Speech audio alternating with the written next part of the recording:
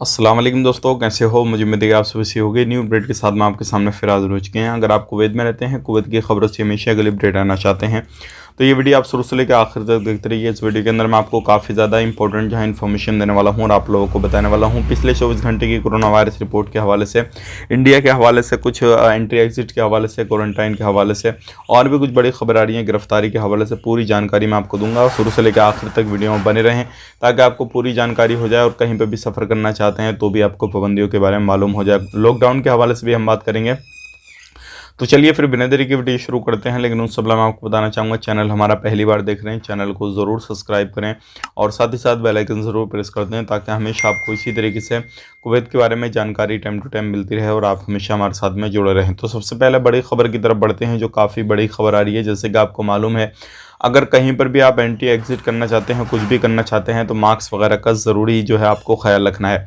अब यहाँ पे बात कर लेते हैं। बहुत सारे लोग जो है हमसे एक सवाल पूछ रहे हैं और वो पूछ रहे हैं कि अभी जो है हमने बूस्टर डोज नहीं ली है, हमें बूस्टर डोज लेनी है तो क्या करना होगा। और उनका जो है एज का मसला आ रहा है कि हमारी एज जो है वो 50 साल से ज़्यादा है या फिर 50 साल से कम वाले भी पूछ रहे हैं इस चीज़ के बारे में, बूस्टर डोज लेनी है तो क्या हमें अपॉइंटमेंट लेना ज़रूरी है या नहीं। तो देखिए, जितने भी 50 साल से ऊपर वाले लोग हैं उनको तो अपॉइंटमेंट लेने की ज़रूरत नहीं है, जितने भी कम वाले हैं उनको सभी को अपॉइंटमेंट लेना पड़ेगा। तो ये एक बड़ी खबर थी। अब बात कर लेते हैं, यहाँ पे एयरपोर्ट के हवाले से बड़ी खबर दी जा रही है। इसके हवाले से रोज़ाना मैं देखता हूँ कमेंट, लगभग ये मान के चलिए ज़्यादातर जो है इससे ही रिलेटेड आते हैं, वीज़ा के हवाले से, एयरपोर्ट के हवाले से, और दूसरा कमेंट बहुत कम आता है। तो अभी कुछ बड़ी खबर आ रही है एयरपोर्ट के हवाले से कि एयरपोर्ट को अभी तक बंद नहीं किया जाएगा और आने वाले वक्त में भी बंद नहीं किया जाएगा। इसका रीज़न है और कहा गया है मिनिस्ट्री की तरफ से कि एयरपोर्ट इसलिए बंद नहीं किया जाएगा, अगर आईसीयू में ज़्यादा केसेस निकले या फिर ज़्यादा केसेस हो गए तब जो है बंदिश लगाई जाएगी, और वो भी उस कंट्री को जिस कंट्री में केसेस ज़्यादा हो रहे होंगे और आके टेस्ट वगैरह होंगे और उस कंट्री के लोग ज़्यादा आके कोरोना फैला रहे होंगे कुवैत के अंदर, तो उस कंट्री को बैन कर दिया जाएगा। तो देखिए, अभी इंडिया के हालात मैं आपको बताना चाहूँगा। इंडिया के अंदर लाखों से ज़्यादा केसेस निकलना शुरू हो गए हैं। उसकी रिपोर्ट भी मैं आपको बताऊँगा इंडिया के अंदर कितने केसेस निकल रहे हैं। हालांकि अभी कोई इस तरीके का अपडेट नहीं है। दुआ कीजिए कि इंडिया के जो केसेस हैं वो इंडिया में ही सीमित रहें। अगर आप बाहर सफ़र करना चाहते हैं, इंडिया से बाहर जा रहे हैं कुवैत के अंदर, तो आप पूरे तरीके से अपना टेस्ट वगैरह करा के जाएं ताकि आपको कोरोना किसी भी तरीके से ना होए और आप वहां जाकर पॉजिटिव वगैरह ना हो जाएं। बात कर लेते हैं यहाँ पे अगली खबर की तरफ। जो अगली खबर आ रही है निकल के, 11 जनवरी से कुछ नए कायदे कानून जो है इंडिया सरकार लगा रही है। अगर आपको सफ़र करना है 11 जनवरी के बाद में, जो भी लोग आएंगे इंडिया के अंदर उनको जो है क्वारंटाइन होना पड़ेगा। यहाँ पे बहुत सारे लोग सवाल कर रहे थे कि भाई क्वारंटाइन कहाँ पर होना पड़ेगा, घर पर, होटल में या फिर किस जगह पर। तो देखिए, होम क्वारंटाइन की यहाँ पे बात चल रही है। जो भी हाई रिस्क कंट्रियां हैं उनमें से जो भी बंदा आता है तो उनको होम क्वारंटाइन रहना होगा 10 दिन के लिए। अगर बाहर निकलते हैं तो फाइन वगैरह लगाया जाएगा। चाहे आप किसी भी कंट्री से आएँ, उस चीज़ का ख्याल रखिएगा। अब यहाँ पे बात कर लेते हैं अगली खबर की तरफ। जो अगली खबर आ रही है निकल के, ये भी काफ़ी बड़ी है और ये मैं आपको बताना चाहूँगा पिछले 24 घंटे की कोरोना वायरस रिपोर्ट के हवाले से, ताकि आपको पूरी जानकारी हो जाए। 313 तो जो है वो रिकवरी की गई है। टोटल रिकवरी हो चुकी है 4,13,309 की और 2820 नए केसेस आए हैं, 2,820। आप खुद सोच सकते हैं कि केसेस की संख्या जो है वो काफ़ी ज़्यादा बढ़ रही है, 3,000 तक पहुंचने वाली है।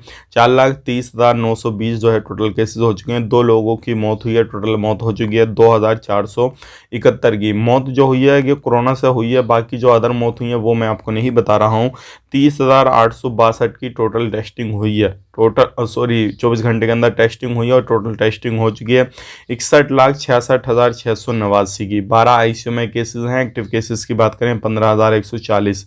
देखिए, टेस्टिंग भी काफ़ी ज़्यादा हो रही है, 30,000 हो रही है, और एक्टिव केसेस की बात करें तो 15,000 एक्टिव केस हो गए। कहाँ 100 200 थे, 150 थे, अब ये 15,000 में पहुंच गए हैं। 151 पे कॉल करके जो भी जानकारी है कोरोना से रिलेटेड आप वो ले दे सकते हैं। यहाँ पे अगली खबर की तरफ बढ़ते हैं। अगली खबर आ रही है निकल के इंडिया के हवाले से। 24 घंटे के अंदर 1 लाख से ज़्यादा इंडिया के अंदर केसेस हुए हैं। तो आप खुद सोच सकते हैं कि अब कितने केसेस कहाँ पे हो रहे हैं, क्या हो रहा है। अगर इससे ही रिलेटेड ऐसे ही चलता रहा तो आने वाले वक्त में वो दिन दूर नहीं है जो क्या कर्फ्यू वगैरह सारी जगह पे जो है लग जाएगा। फिर इंडिया में जो लोग आना चाहेंगे तो उनको भी परेशानी होगी। हालांकि मैं आपको बताना चाहूँगा, अभी इस तरीके की बहुत सारी अलग अलग स्टेट के अंदर जो है पाबंदियां लग रही हैं, सारी चीज़ें हो रही हैं।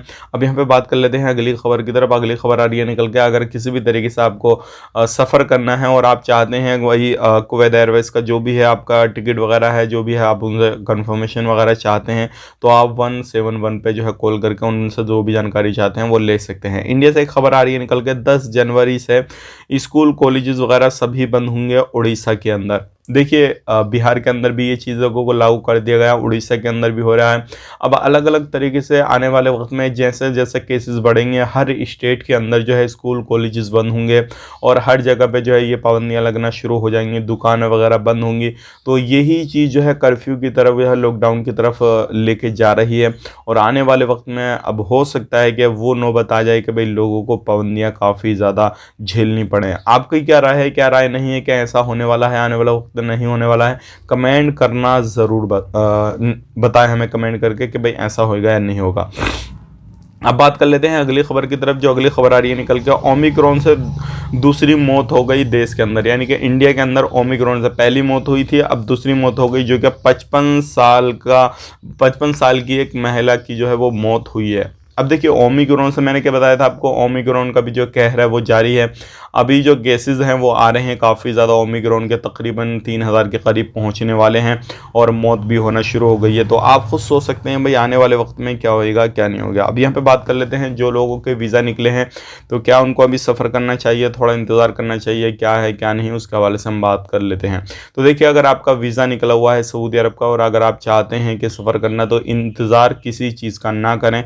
अगर आपका वीज़ा आ गया है, सारे चीज़ें जो भी है आपका वो कंप्लीट कराएं और उसके बाद में जो है तुरंत जो है सफ़र करें। क्योंकि अगर आप इंतज़ार करते हैं किसी भी तरीके से, तो हो सकता है और भी कुछ नए रूल रेगुलेशन लग जाएं और हो सकता है अगर इसी तरीके से केसेस निकलते रहे और कुवैत में लोग पहुंचे और वहां पे ज़्यादा ही वायरस वगैरह फैल गया या किसी भी तरीके से इंडिया लोगों के अंदर ज़्यादा पाया गया जो लोग सफ़र कर रहे हैं एयरपोर्ट पर, तो हो सकता है कुवैत इंडिया को भी जो है ब्लॉक कर दे और यहाँ से फ़्लाइट को बंद कर दे।